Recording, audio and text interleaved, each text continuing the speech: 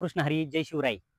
आपल्या संगमनेरला खूप मोठा ऐतिहासिक वारसा लाभलेला आहे. छत्रपती शिवरायांच्या काळापासून ही जागा आहे संगमनेरमधील परदेशपुरा.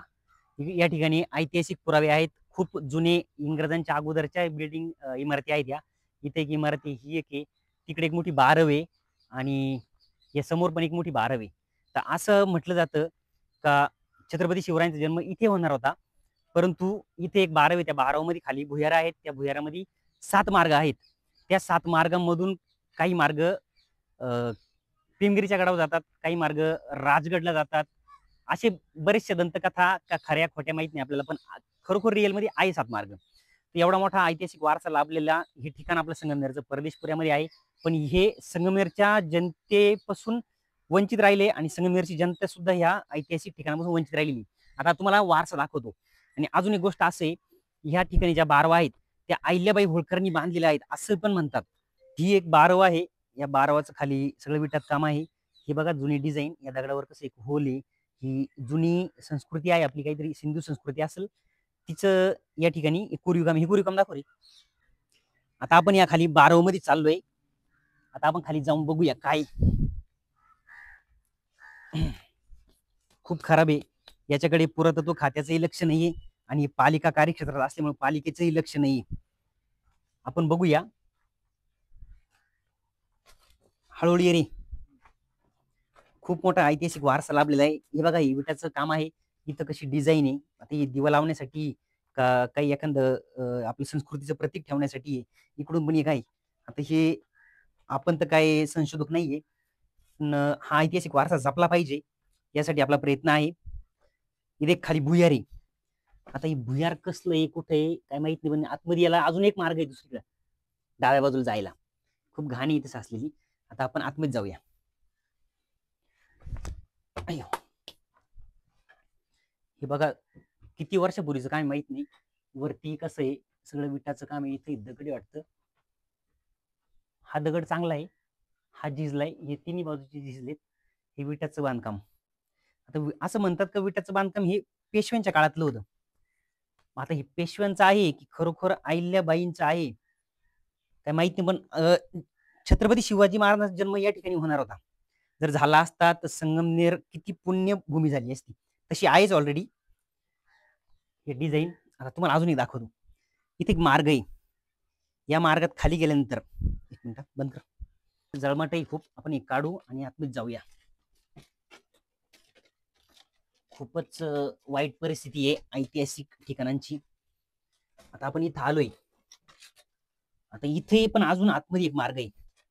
इथं आतमध्ये गेल्यानंतर इथं एक मार्ग आहे आतमध्ये. अंधारी खूप इथं, पण इथं पायऱ्या आहे खाली उतरायला. पण ते बुजलं गेलेले खूप आणि खाली दगडी बांधकाम आहे. हे मला वाटतं शिसा आणि चुन्यामध्ये केलेलं असं. इथं वरती दगडाचा स्लॅब आहे. अशी ही ऐतिहासिक भूमी आपली संगमनेरच्या बऱ्याचशा नागरिकांना आणि तरुण पिढीला तर माहितच नसेल. काही जुने माणसं असतील वडिलांच्या वयाची किंवा आजोबांच्या वयाची, त्यांना 100% माहित असेल. आता याच्या खाली काय होतं, ही बारव विहीर होती का दुसरं काय होतं. वैदिक भुहेरी मार्ग आहे. दाखव भुहेरी मार्ग.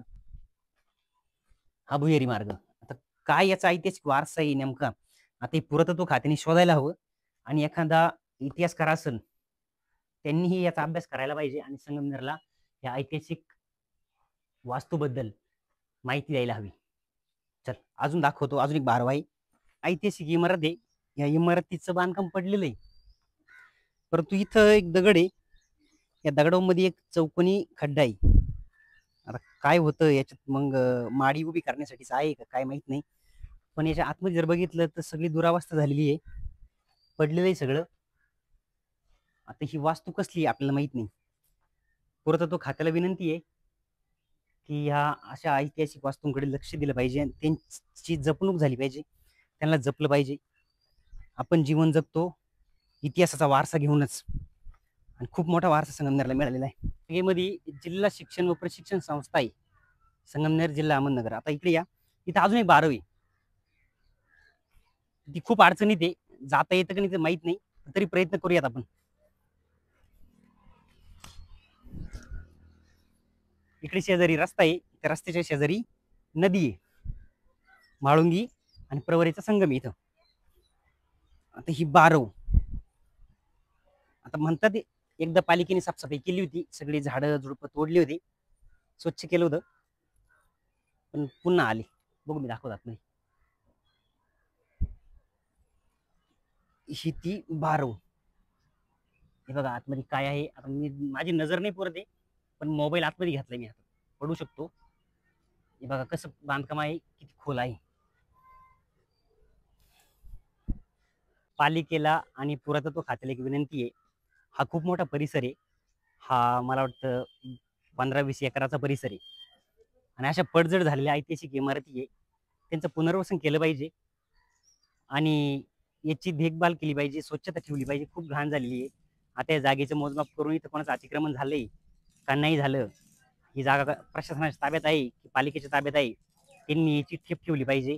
आणि हे जे पुरातत्व खातं आहे, त्यांनी या ऐतिहासिक वास्तूंची जपणूक केली पाहिजे, एवढीच विनंती आहे. आणि संगमनेरला या हा इतिहास जिवंत करून द्यायला पाहिजे, जो की तरुण पिढीने आत्मसात केल्यानंतर त्यांच्या इतिहासासारखी एनर्जी येईल, ऊर्जा निर्माण होईल.